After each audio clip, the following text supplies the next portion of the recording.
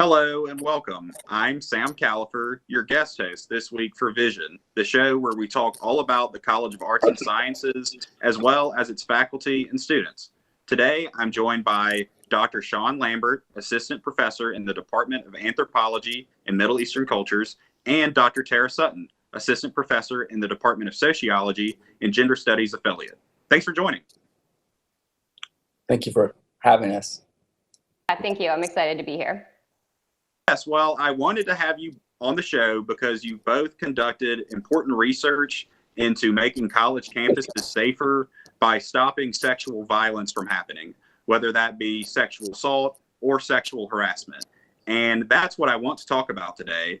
But before we get there, I was hoping you could each introduce yourself, talk about your professional background, and how you came to Mississippi State.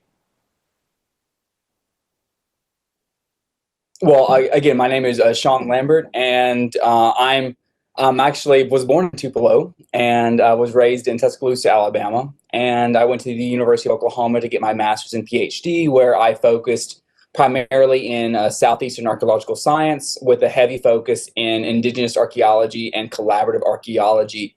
So collaboration with a lot of different types of descendant communities and the public is something that's really passionate about what I do. And then I became the state public archaeologist for Utah for a few years, and this job posted, and I wanted to kind of come back home and be at MSU. And the last 2 years since I've been here has been a wonderful experience. Great. Hi, I'm Tara Sutton. I'm a sociologist studying family violence.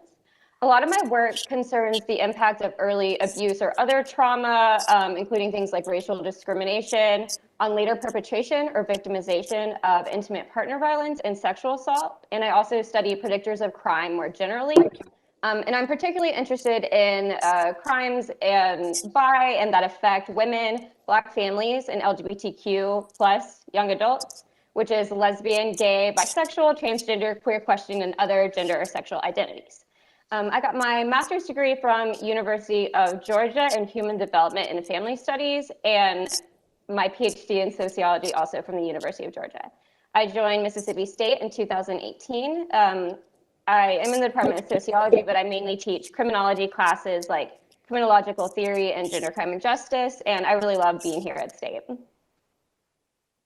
Great. Well, thank you both so much for that. And, to start us off, I was wondering what led you to focus your research on sexual violence that specifically happens on college campuses?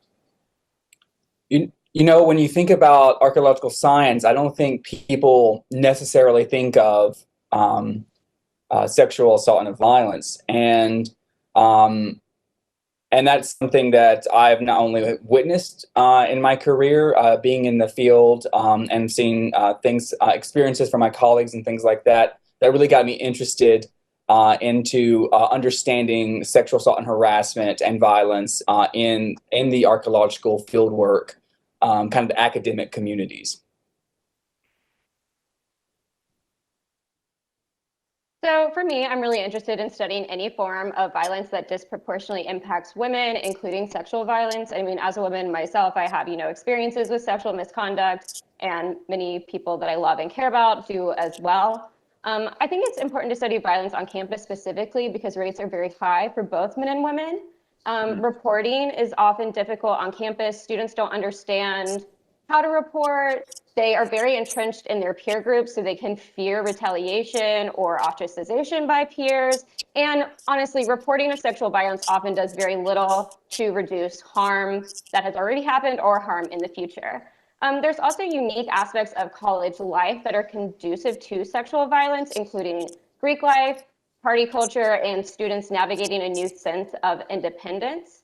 And men do tend to control party spaces on campuses. And this has led researchers, including myself, to refer to the college campus as a forum of a rape culture, meaning not only is sexual violence common, but it is also justified, ignored, and excused. Wow. Yeah. Well, thank you guys for that and for your passion and to fixing this important issue. And, I appreciate that y'all are trying to bring research-based solutions to this problem. And so I was wondering, how do you use your field of expertise to address this issue? You know, what does a research project like this typically look like? For I kind of maybe start a little bit in the beginning. It really didn't come. I really didn't understand sexual harassment and assault in the archaeological world until about around like 2015, when some of my older colleagues, like Dr. Maureen Myers from Ole Miss and some others, started to doing some surveys in the southeastern archaeological community, so from eastern Oklahoma down to Florida. And in 2018, they published those results, and those results were staggering, to say the least, and incredibly surprising to me, and I think to everyone else. And the findings show that somewhere between 60 and 70% of the people who took the survey had either been have either experienced sexual assault, harassment, or have witnessed it happen to one of their friends, colleagues, students, or peers. And that really was kind of the momentum to trying to understand why this is happening in the archaeological world. And so that kind of really what propelled my colleagues and I from SUIE and the University of Arkansas to get a National Science Foundation grant to really try to understand why sexual assault and violence is so pervasive in the archaeological field schools. And so that's kind of where we began that process. Great. Yeah, so for me, I've been doing research on sexual violence for several years now, since I was a graduate student. And I mean, part of it is, academic interest, like I said, in violence, but also, several women I know have experiences with sexual harassment and sexual violence. When I was a graduate student, there was a student that was basically sexually harassing the entire department, right? So like experiences like that have just further kind of solidified for me that this is something I want to be doing and is important to be doing. And it's personally relevant, not only for me, but again, like broadly. I identify as a lesbian, and rates of partner violence and sexual assault are particularly high against lesbian and bisexual women, as well as against gay men and transgender individuals. So that is something I really have started to pay even more close attention to, trying to kind of understand, like, why is that happening? Where is that violence coming from, et cetera, things like that. Great. Well, thank you both for those answers. And I appreciate y'all drawing from your personal experience and trying to make a difference. I want to talk about maybe some specific projects y'all each have going on. So, Shawn, I know you just mentioned it. You and your team are working on a project funded by the National Science Foundation to prevent sexual harassment from occurring during undergraduate archaeology field schools. And you were getting at it, but what is it about the field schools? Why is it such a problem there, and how does that affect, archaeology as a whole? Yes, definitely. Well, we just released an article in 2020 in Advances of Archaeological Practices, kind of talking about our preliminary studies. And so I'll just go first to talk about what the NSF project is about. And it's a 3-year study to go in and kind of an ethnoarchaeological study. So go in and interview not only the field directors, but also the students. So we do kind of a pre-survey where we go and ask the students and the field directors what they think sexual harassment and assault is. What is Title IX? What is mandatory reporting? What is reporting? Do you understand your rights? And so we get that kind of preliminary data. And then after the field school, or during the field school, then we implement the best practices that we're going to come up with, which is going to be at the end of this year too. We're going to implement those best practices, and then at the end of the field school, re-interview the field directors and the students to see if that has created a more inclusive and safe environment for not only the field director but for the students. And this really kind of was the result of us kind of understanding there's 5 kind of factors that create conditions where sexual harassment and assault are more likely to occur. And those are: 1, a perceived tolerance for sexual inappropriate behavior; Two, archaeology is a male-dominated work setting, and a work setting where leadership is male-dominated, which is something. And three, a power structure and organization that are hierarchical with a strong dependency on those at higher levels in the hierarchy. And then lastly, a focus on policy compliance to protect organizational liability. And so we kind of want to break down that hierarchy and try to create that safe, inclusive environment for our students. Great. Yeah, that sounds like super important work.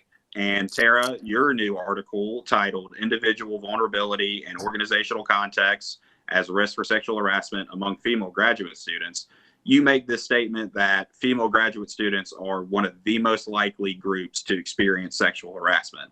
So I was wondering if you could explain, the unique situation that graduate students are in and why that can lead to sexual harassment. So graduate students are in a particularly kind of precarious position on campus. They are both students and often employees, and their well-being and financial success and academic success are linked not only to the university, but often only a handful of people within their departments. So if you're if you are experiencing a harassing relationship or sexual harassment in your department, that can very easily start to, affect your entire life. And academia, kind of like Shawn was mentioning, does tend to be in general a male-dominated. Even in fields that are not male-dominated, men tend to be praised more, given more attention, given higher pay, better positions, etc. Right? So academia itself is still a male-dominated field or an institution. So women in male-dominated institutions are always going to experience high levels of violence and harassment. In my study, we looked at predictors of harassment by a peer and by a professor. We found that LGBTQ plus students were more likely to be harassed by both compared to straight students, and professors tended to be harassing international students. So this means that professors might be targeting particularly isolated or students they perceive as having no social support. On the other hand, peers, women reported that they were harassed by peers when they drank more alcohol and when they were in particularly male-dominated fields.